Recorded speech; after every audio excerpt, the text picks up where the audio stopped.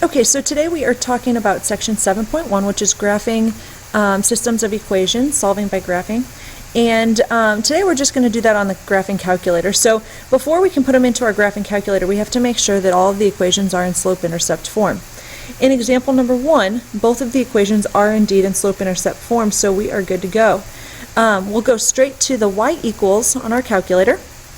If you have anything in there already, go ahead and clear that out and type in your new equation. So the first one is 0.6x minus 2. Make sure you're using the minus sign over here to the right. And then arrow down. So in y2 you can enter negative x plus 2.2. Now again, make sure you're using the negative. Last time we used the minus, now we're using the negative. And if you want to get a picture of it, you can press graph. And you might have to adjust your window or maybe zoom standard. That usually makes a nice picture. And we are going to want to graph those on our paper. We want to sketch a graph. So let's go ahead and go into table, so second graph. That gets us into table, and I'm just going to pick some points in there. Sometimes you're going to find nice points and sometimes you're not.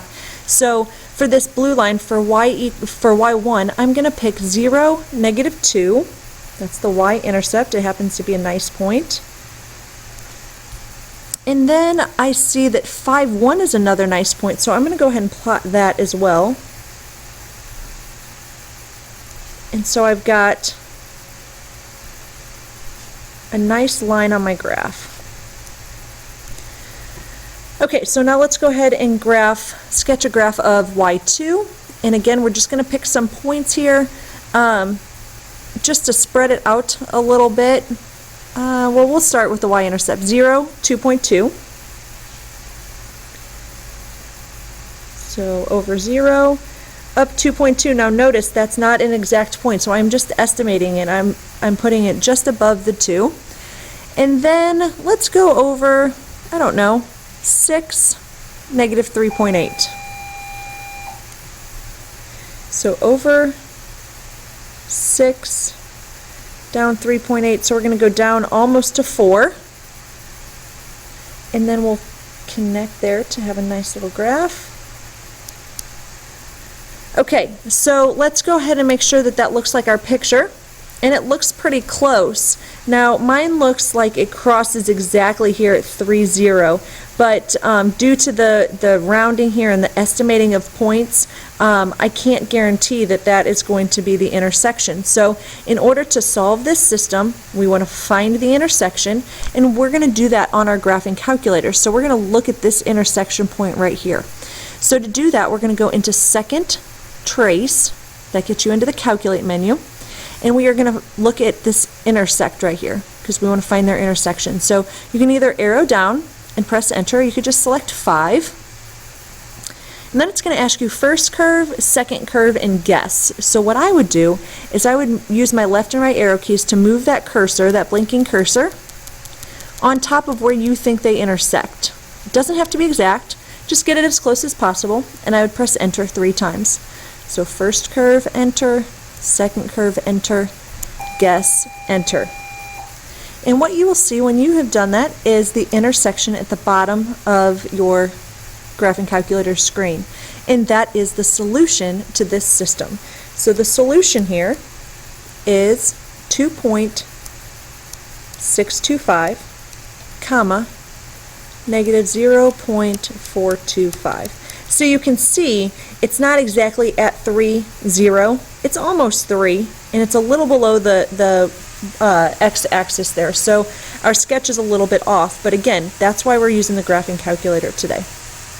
Okay, so let's look at number 2. For number 2, again, we have to have these into slope-intercept form first.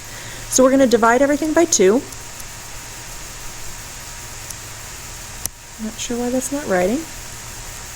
Trying to divide this by 2, but it's not allowing me to write there.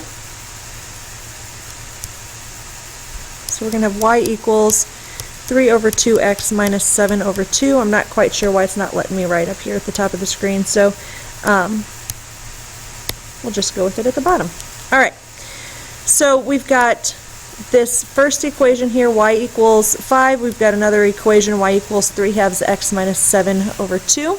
So let's go into y equals. We'll clear out those equations that we started with. And it doesn't matter what order you put these in, so I'm just going to put y equals 5 there. I'm going to put y equals 3 divided by 2x minus 7 divided by 2 into y2. I'm going to get a little picture of it just to see what it looks like.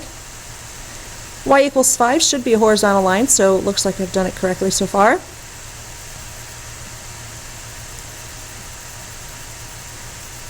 And if we want to put y equals 5 on our graph right away, we really don't even have to use the table for that.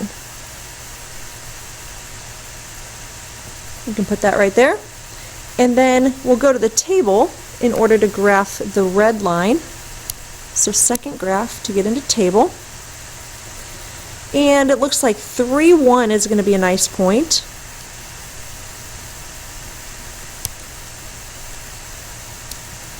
It's not letting me write right there either. Okay, so let's try 7, 7. Let's see if it'll let me write there.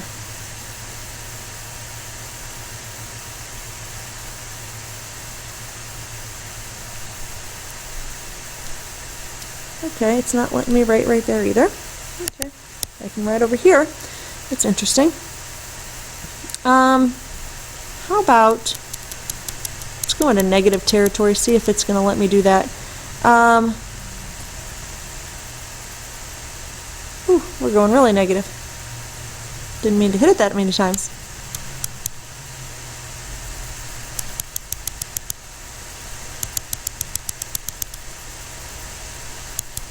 Okay, so let's get back on our coordinate plane here.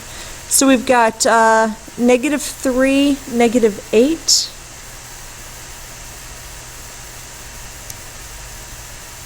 Okay, it's just not letting me graph anything on this coordinate plane. I'm not exactly sure what's going on here.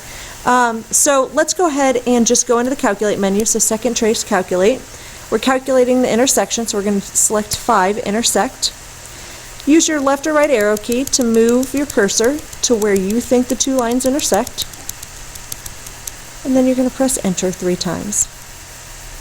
First curve, second curve, guess.